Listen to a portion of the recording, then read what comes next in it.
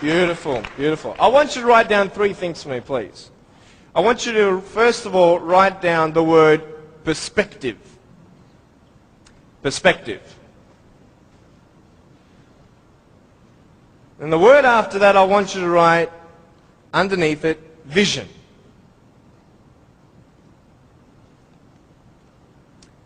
And then underneath that, I want you to put choices. So perspective, vision, and choices. This is what I'm going to be speaking about. I'm going to be real with you and start from the beginning. I was born in a blessed country. I was born to parents with the support I needed. You see, when I was born, it was such a tragedy. It was such a great shock to everybody. We had ultrasounds done when Mum was pregnant with me. I was her firstborn. And my mum made sure that we had the best doctors in Melbourne. My mum was a nurse and delivered hundreds of babies before I was born. She knew exactly what to do and what not to do in her first pregnancy. Yet, having all these precautions, this happened. And anybody who saw me and saw my parents automatically thought that, hey, this is a bad thing. And I mean, for anyone to say that would be a good thing, that is not sane. That would be insane. To say that, hey, congratulations, your baby's born without arms and legs. It was such just a pause in their life where they couldn't breathe. They couldn't fathom. What kind of life is their firstborn son going to live? Without arms and legs, he can't even feed himself. He can't even dress himself. Doctor said I would never be able to stand up, let alone jump around. You know, I'm so thankful that they knew nothing until I was born. Because imagine if my parents did know, and they would have what? The option of abortion. And the majority of the doctors, I believe, would encourage such an act. Why?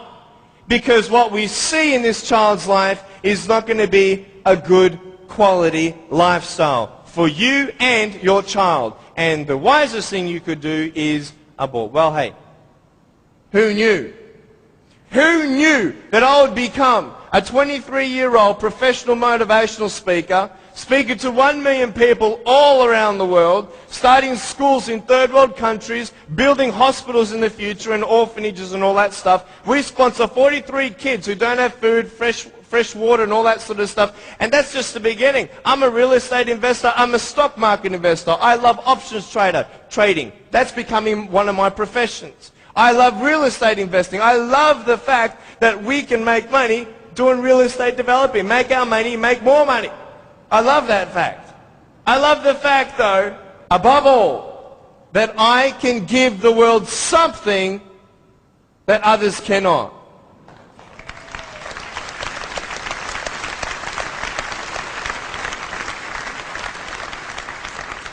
But before I tell you all that good stuff, let me tell you the more down times in my life. Obviously, it was difficult for my parents, but it was also difficult for me. When I went to school, a lot of kids teased me.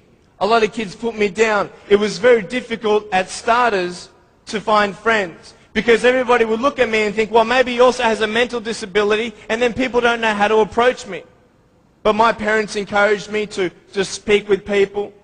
And as I speak, a lot of people would say, well, hey, he's just like everybody else, just with a few parts missing. You know, I'm just like you. I've just gone out on the limb a couple more times than you have for my friends. But it's all good.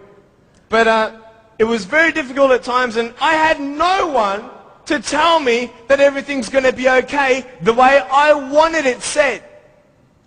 Because the way I wanted it said was, I wanted to be able to believe someone when they said, Nick, it's okay. Everything's going to be okay. The problem is, if anyone did say that, even my parents at times, I would say, how do you know? How do you know how it feels to be in my position? You don't even know the future. How can you say that I'm going to have a good life? You cannot. Last January, within 3 weeks, 3 of my family members died. January 2005. My uncle, my grandfather, and one of my cousins. The day after my grandfather was buried, my uncle, 53-year-old man, had a heart attack, died. 5 days before he died, he was at the doctor's and everything was fine. What can you tell me to encourage me? Can you tell me anything? Only if you've been through it. And this is what I'm here about. I want to tell you, I was depressed. I had suicidal thoughts at the age of 8. I had this massive list of all the things that I couldn't do and I'll never have in life. I never thought, you know, I'd get married. Who'd want a husband without arms and legs? And I thought even if I ever did get married, I'm not going to be even able to hold my wife's hand. I'm not going to be able to dance with my bride on our wedding night. I used to hate going to public parks and seeing fathers throwing up their kids in the air and sometimes dropping them. You know, I won't have that intimacy with my sons and my daughters. And I couldn't do this and I couldn't do that. And no one had any answers. And I thought I was the only one in such a predicament. What happened? What changed? The first thing I got you to write down was perspective. How you see your life is the first key. Who are you? And where are you in life? This is the first question I want to ask you. Even though the world can look at me, they can say, well, a guy having no arms and no legs, his potential is not unlimited, but limited. His potential, just because he has no arms and no legs, humanly speaking, in our logic, he's not going to be as successful as everybody else. Really? Why? Because of his disability. Really? What is a disability? Have you ever thought of that? A disability. I'll tell you what a disability is. Something that would hinder you to achieve something. Now, just because I have no arms and no legs, it doesn't mean that I can't be successful. It doesn't mean that I can't do a business degree like I've done, a Bachelor of Commerce in Financial Planning and Accounting.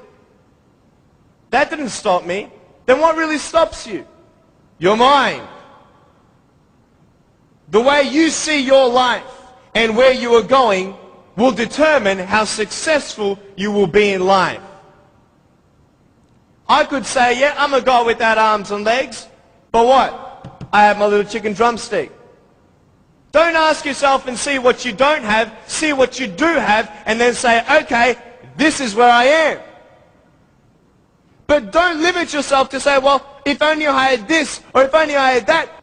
You can think of all the things that you don't have, but I want to ask you, is that really constructive? No. Why? Because no one can turn back time. It's up to you with what you do with today. Your priorities, your daily agenda will determine how successful you are. You want to know something? I started to be thankful. Thankful? Why, Nick? How could you be thankful? My mum showed me a newspaper article of a young man who had a disability, not similar to mine, but it was also unexplained medically. And I thought, you know what? I'm not the only one with something to bear. But I'm telling you, this perspective is everything. Giving yourself enough credit. Write this down. Give yourself credit. Even if the whole world told me that, Nick, you have no arms and no legs, you're not good enough, you're not going to reach your fullest potential, and even if you do, it's not going to be compared to anybody else's potential because you have no arms and no legs. Even if the whole world has that discouragement on you or their view on you, you don't have to believe them. You get it? You don't have to believe others' opinions. Because it's just an opinion. If a doctor comes to you and says, hey, I'm sorry, you've got cancer. What are you going to do? Get a second opinion. Right? Why? Because you want to make sure that he's right.